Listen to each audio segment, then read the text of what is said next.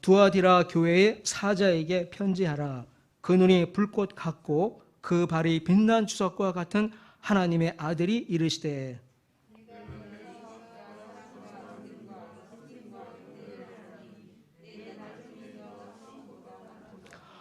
그러나 내게 책망할 일이 있노라. 자칭 선지자라는 여자 이세벨을 내가 용납함이니 그가 내 종들을 가르쳐 꾀어 행음하게 하고 우상의 제물을 먹게 하는도다.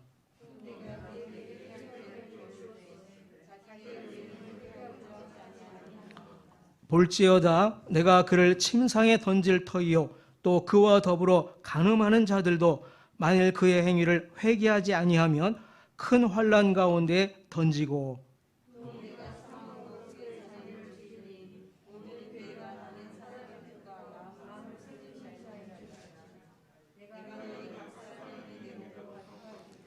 두아디라에 남아있어 이 교훈을 받지 아니하고 소위 사탄의 깊은 것을 알지 못하는 너희에게 말하노니 다른 짐으로 너희에게 지울 것은 없노라. 이기는 자와 끝까지 내 일을 지키는 그에게 만국을 다스리는 권세를 주리니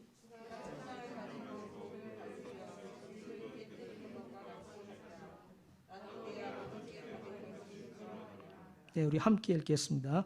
내가 또 그에게 새벽별을 주리라. 귀에 있는 자는 성령이 교회들에게 하시는 말씀을 들을지어다. 아멘. 네, 오늘은 7교회 가운데 이제 4번째 교회에 주시는 예수님의 말씀입니다. 우리 4번째 교회의 이름을 이제 기억하시는지요?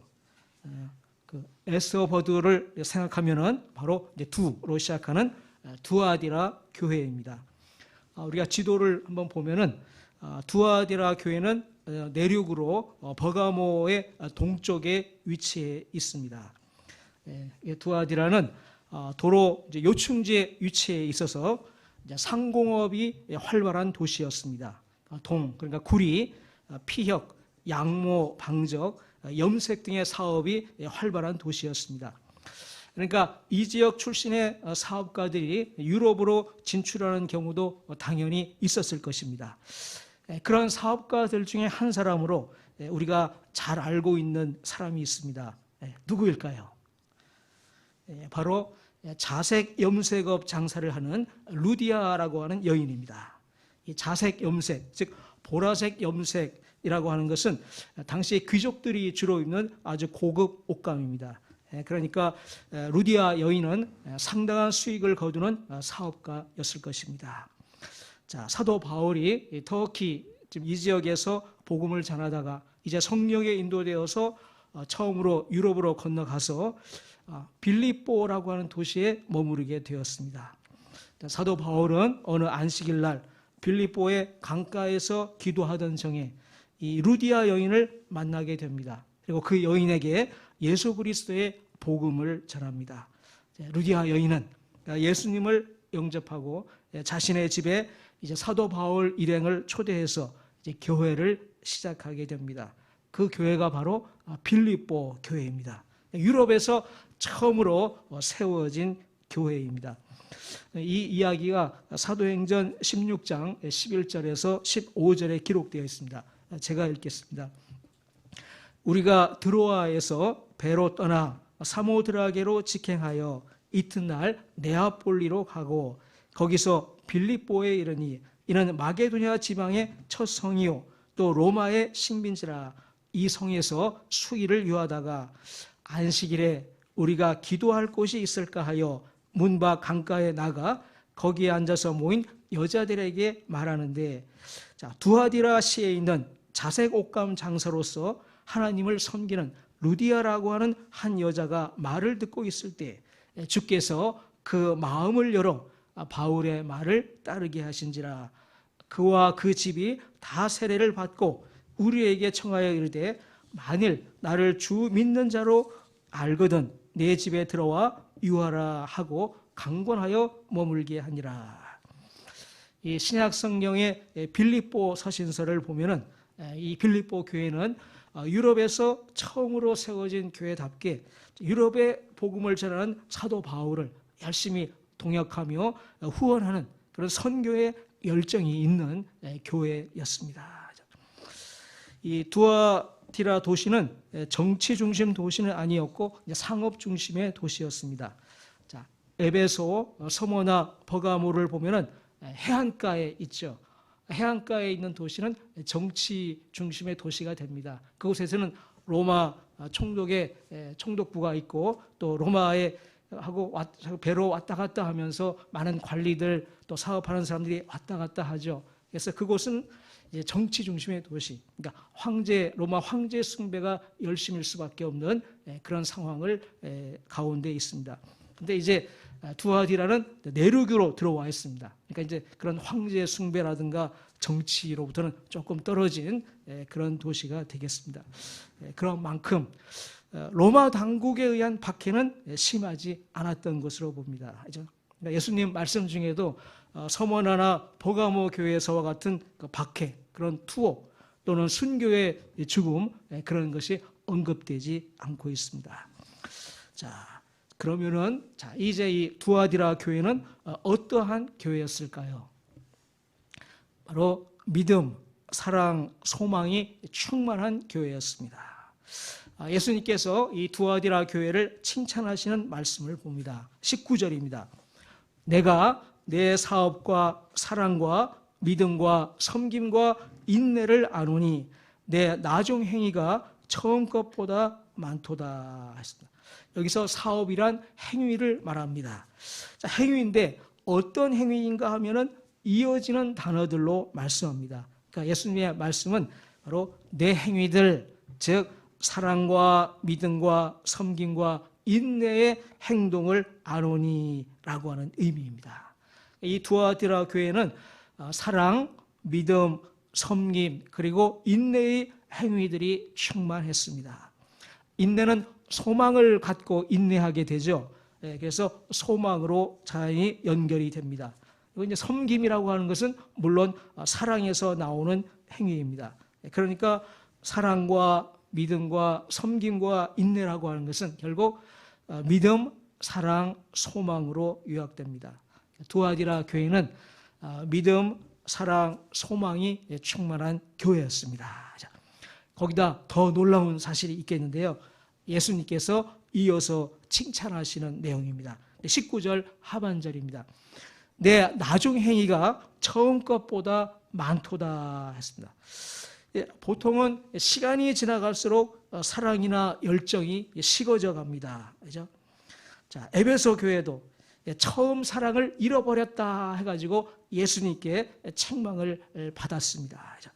근데 두아디라 교회는 오히려 믿음, 사랑, 소망이 시간이 갈수록 더욱더 커져 갔습니다. 그래서 내 나중 행위가 처음 것보다 많도다 이렇게 칭찬을 받습니다. 믿음, 사랑, 소망이 충만하고 또 날이 갈수록 더욱더 충만해져 가는 교회, 바로 그 교회가 두아디라 교회였습니다. 그러니까 순전하고 순결한 교회의 모습이라 이렇게 우리가 말할 수 있겠습니다. 그죠? 우리 트리니티 교회가 바로 이와 같은 교회가 또 되기를 소원합니다. 자, 근데 이 두아디라 교회의 이 아름다운 모습을 보면서 우리가 이제 예상할 수가 있습니다. 그죠? 사단이 두아디라 교회의 이런 순전하고 순결한 것을 그냥 내버려 두지 않겠구나 하고 말입니다. 그죠? 우리가 요한계시록에서 교회들을 향한 예수님의 말씀을 듣다 보니까 이제 우리는 사단의 전략을 예상할 수 있습니다. 그죠? 사단은 이 순전하고 순결한 이 교회를 오염시키고 타락시키려고 합니다. 그죠? 그리고 그 방법이라고 하는 것은 교회 안에 거짓 교사들을 보내어서 그들로 하여금 교인들을 미혹시키고 또 타락하도록 유인하는 것입니다. 그러니까 두아디라 교회 역시 그런 방법이 진행이 되고 있습니다. 그렇지만 교회는 누구의 교회인가요? 바로 예수님의 교회입니다. 그렇죠? 예수님의 몸입니다. 예수님께서 교회를 지키십니다. 예수님께서 신자들을 지키십니다. 그래서 지금 예수님은 두아디라 교회 교인들에게 사탄이 행하고 있는 이런 일들을 보면서 사도 요한으로 하여금 말씀을 주심으로 인해서 신자들로 하여금 깨닫게 하고 그로 인해서 회개해서 순전함과 순결함을 온전히 지키도록 역사하십니다. 지금 이제 두아디라 교회에 구체적으로 어떤 일들이 일어나고 있는지 보도록 하겠습니다. 20절에서 예수님께서 말씀하십니다.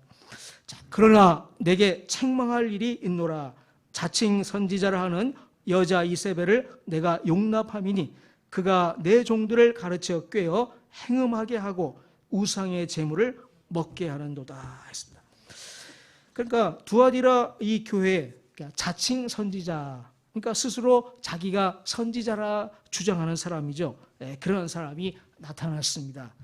자칭했으니까 다른 말로 하면 거짓 선지자입니다. 이 두아디라 교회의 경우에는 여자가 이렇게 나타났습니다. 예수님은 이 거짓 선지자가 내 종들을 가르쳐 꿰었다 이렇게 말씀합니다. 여기서 내 종들이란 신자들을 의미합니다. 예수님을 믿는 사람들은 물론 하나님의 자녀가 되고 또 예수님의 형제가 됩니다. 신분상으로는 하나님의 가족입니다.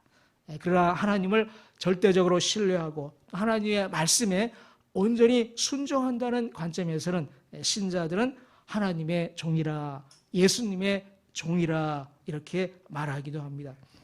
우리가 사도 바울도 자신을 소개할 때는 예수 그리스도의 종이라 이렇게 말하고 있는 것을 기억합니다. 그러니까 사도 바울이 복음을 전함에 있어서 자신은 누군가, 예수님을 절대적으로 신뢰하고 예수님의 말씀에 온전히 순종해서 온전한 복음을 전한다는 의미에서 자신을 예수 그리스도의 종이라 이렇게 말한 것입니다.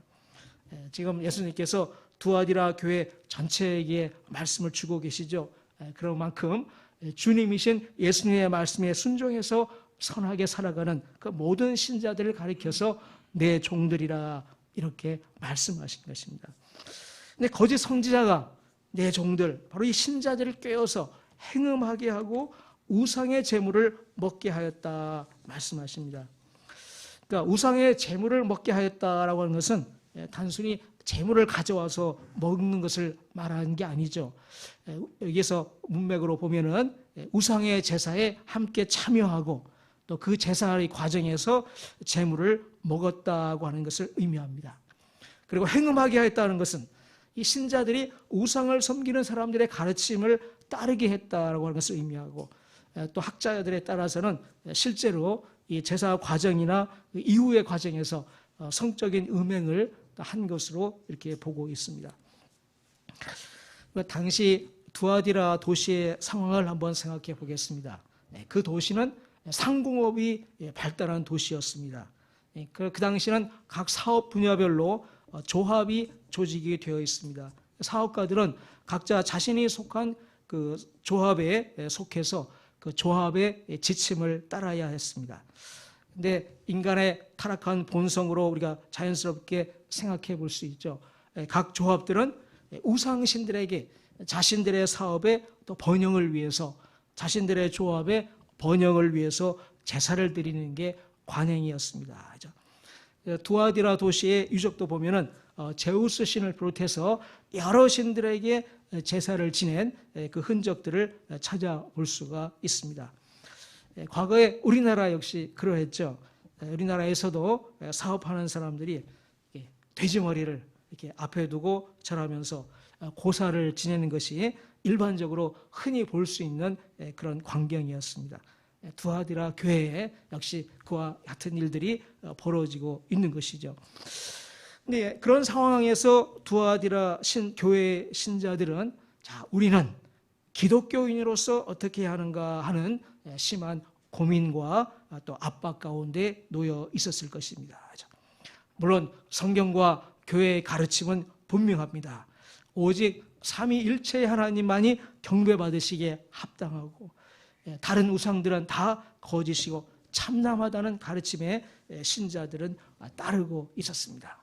그런데 그와 함께 또 같은 동료들인 그 조합에 속한 사람들로부터의 압박을 받고 있었겠죠. 그죠? 그런 상황에서 자칭 선지자라고 하는 여인이 교회에 등장을 합니다. 그리고 그 여인의 또 달변, 그리고 그 여인의 지식, 때로는 동반되는 이적의 신자들이 그 여인을 받아들이기 시작을 합니다. 그리고 그 여인은 신자들에게 우상의 제사에 참여하는 것은 죄가 아니라 이런 가르침을 또 가르치는 것이죠. 부도덕한 행위들은 죄가 되지 않는다고 가르치죠. 그건 또 예수님 안에서 모든 죄를 용서받는다, 그런 게 문제없다, 이렇게 가르칠 수도 있겠습니다.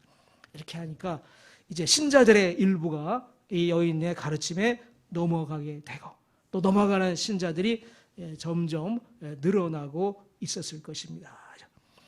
자, 이런 상황이 만일 계속된다면 어떤 일이 일어나겠습니까? 두아디라 교회는 더 이상 교회라고 볼 수 없는 그런 지경에 이르고 말 것입니다. 예수님께서 지금 그 거짓 선지자를 이세벨이라고 부르시고 계시죠. 그 이세벨로 부르시고 계신 것에는 바로 그런 상황을 염두에 두고 계신 것입니다. 자, 이세벨이 누구입니까? 얼마 전에 우리가 보았던 발람과 같이 아주 구약성에 대표적으로 등장하는 악인입니다.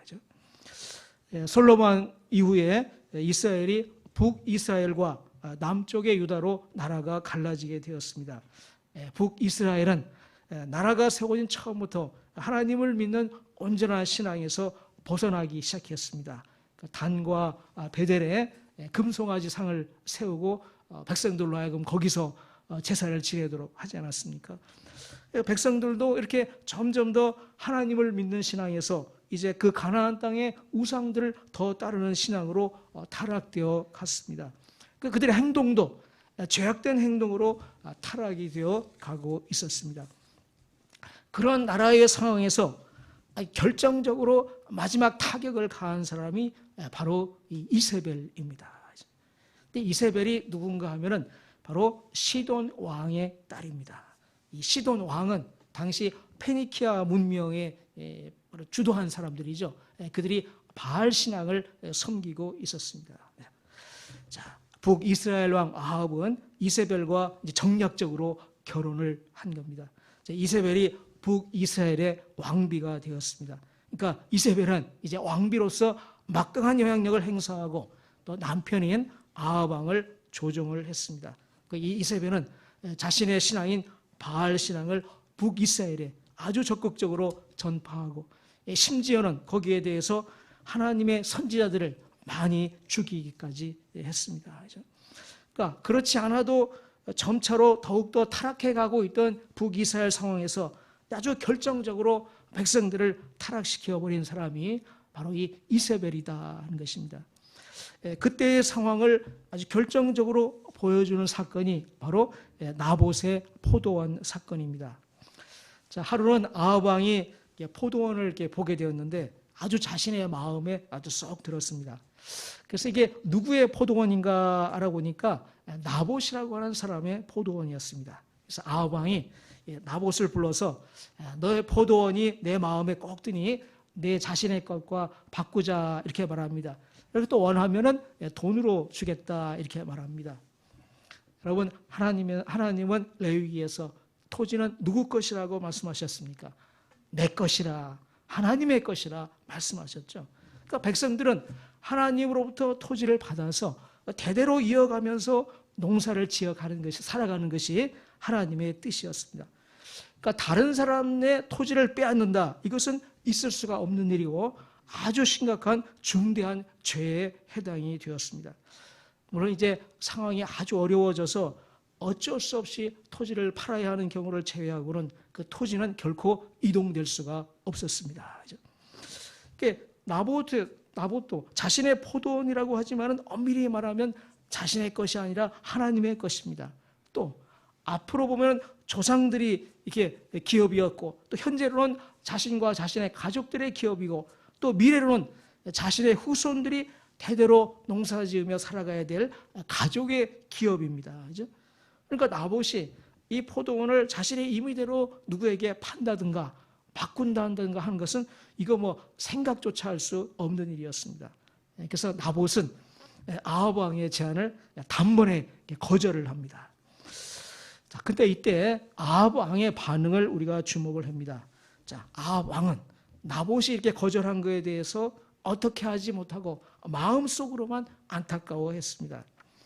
자, 이런 아합 왕의 반응을 보니까 그래도 이 나라가 타락되어 가고 있었지만 그래도 아직까지는 토지에 대한 하나님의 말씀은 엄격하게 지켜지고 있었다고 하는 것을 우리가 보게 됩니다.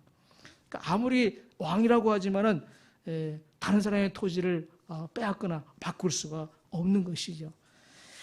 자, 근데 이 상황에서 이제 이세벨이 아합 왕을 충동을 합니다.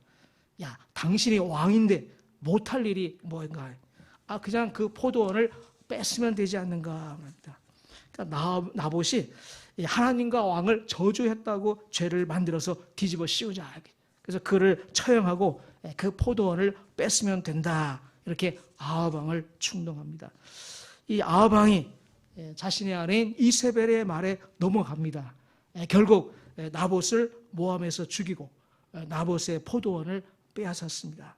그런데 나라의 지금 온 신하들과 백성들이 이 모습을 다 보았죠. 그러면 어떻게 되겠습니까? 이제는 온 신하들과 백성들도 다 따라하는 것입니다. 이렇게 해도 되는구나 하고 말입니다. 북이스라엘에서 그나마 가장 엄한 제도였던 이 토지에 대한 하나님의 말씀이 무너지기 시작했습니다. 이제 다른 하나님의 말씀은 더 말할 나위가 없을 것입니다. 이 북이스라엘이 결국 돌이킬 수 없을 정도로 이제 타락이 되어 가는데 그 처참한 모습들이 바로 호세아 선지서하고 아모스 선지서에 생생하게 나타나 있습니다. 이렇게 해서 북이스라엘은 나라의 멸망이라고 하는 하나님의 심판을 당하고 말았습니다. 지금 두아디라 교회의 상황이 그 정도로 심각하다는 말씀입니다. 얼마나 안타까운 일입니까? 지금 두아디라 교회는 그래도 믿음과 소망과 사랑이 충만한 교회입니다. 그런데 거짓 선지자와 그들을 따르는 무리들이 들어와서 교회를 오염시키고 타락의 길로 이끌고 있는 것입니다. 그래서 장차 교회의 모습을 잃어버리도록 하고자 하고 있는 것입니다. 그러나 예수님께서 그걸 지금 막고 계시죠. 사도 요한을 통해서 예수님의 말씀을 주시고 해서 교인들로 하여금 깨닫게 하도록 하고 계신 것입니다. 이 7교회에 주시는 예수님의 말씀 중에서 두아디라 교회에게 주시는 말씀의 분량이 가장 많습니다. 우리도 오늘 봉독할 때 가장 많은 분량을 이렇게 읽었죠. 자, 왜 이렇게 예수님의 말씀이 긴가 하면은 바로 예수님의 책망의 말씀이 거짓 선지자 이세벨과 그의 무리들에게 경고하시는 말씀, 그리고 일반 신자들로서 미혹된 사람들에게 경고하는 말씀으로 되어 있기 때문입니다. 그러니까 거짓 선지자들 책망하는 그 말씀이 많이 들어가 있습니다. 다른 데에서는 미혹된 사람들을 다 묶어서 회개하라 이렇게 말씀하시거나 주로 미혹된 신자들에게 회개하라 이렇게 말씀하셨는데 여기서는 거짓 선지자와 그를 따르는 무리들에게 엄중하게 책망하고 심판하시는 그 말씀, 그리고 미혹된 일반 신자들에게 주시는 말씀을 구분해서 말씀하심으로 이 분량이 길어지게 됩니다. 예수님께서 이 거짓 선지자와 그들의 무리들에게 무섭게 경고하시는 말씀이 21절에서 23절이 되겠는데요. 21절을 먼저 보겠습니다. 또 내가 그에게 회개할 기회를 주었을 때 자기의 음행을 회개하고자 하지 아니하는도다. 여기서 그는 누구인가? 바로 거짓 선지자 이세벨을 가리킵니다. 어쨌든 이 사람도 외견상으로는 교회 안에 들어와 있습니다. 이거 말로는 예수님을 믿는다고 말하고 있습니다. 그래서 회개할 기회를 주셨으나 회개하지 않았다고 하는 것을 말씀합니다. 그리고 22절입니다. 볼지어다 내가 그를 침상에 던질 터이요 또 그와 더불어 간음하는 자들도 만일 그의 행위를 회개하지 아니하면 큰 환난 가운데 던지고 있습니다. 자, 그를 침상에 던질 터이요 했는데 그러면 거짓 선지자를 바로 침상에 던지시리라 하는 말씀입니다. 물론 그 침상은 안식과 평안의 침상이 아니죠. 바로 고통의 침상을 의미합니다. 또 23절입니다. 또 내가 사망으로 그의 자녀를 죽이리니 모든 교회가 나는 사람의 뜻과 마음을 살피는 자인 줄 알지라. 내가 너희 각 사람의 행위대로 갚아주리라. 여기서 그의 자녀를 죽이리니 말씀하셨는데, 그란 역시 거짓 선지자 이세벨을 가리킵니다. 그리고 그의 자녀는 바로 그 거짓 선지자를 적극적으로 따르는 추종자들을 가리킵니다. 그러니까 마치 자녀와 같은 무리라라고 하는 의미입니다. 그렇죠? 이렇게 예수님은 거짓 선지자와 또 그를 적극적으로 따른 무리들을 아주 특정해서 엄중한 심판의 말씀을 선고하십니다. 이제 우리가 요한계시록을 계속 읽어가면은 이 사단의 앞잡이 역할을 하는 이런 거짓 선지자들과 그의 무리들에 대한 무서운 심판의 말씀들이 계속 선포되는 것을 볼 수가 있습니다. 지금 세상에 이단들이 있죠. 하나님의 말씀을 곡해해서 나오는 그런 거짓 선지자들이 있습니다. 우리가 요한계시록을 읽어보면은 그 사람들이 나중에 얼마나 무서운 형벌에 처하게 될 것인가, 이것을 알 수가 있는데요. 그들이 참 이걸 한번 알고 하는 건지 참 의아스러운데요. 우리가 그 알면은 절대 그렇게 못하고 그들에게 어울려서 따라다니지 못할 것입니다. 그리고 이제 일시적으로 미혹된 일반 신자들을 향해서는 22절 하반절의 말씀으로 회개할 것을 명령하시죠. 또 그와 더불어 간음하는 자들도 만일 그의 행위를 회개하지 아니하면 큰 환난 가운데 던지고, 이렇게 있는데 회개하라라고 하는 말씀이십니다. 그죠? 그리고 다행히도 아직 미혹되지 아니하고 그 믿음의 순수함을 지키고 있는 그 귀한 참된 신자들에게는 24절과 25절의 말씀을 주십니다.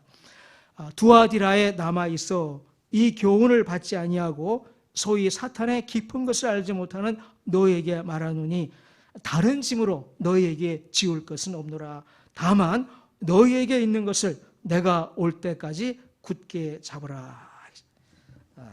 믿음, 소망, 사랑이 충만한 교인들에게 예수님께서 다른 짐으로 너희들에게 지울 것이 없노라 말씀하셨습니다.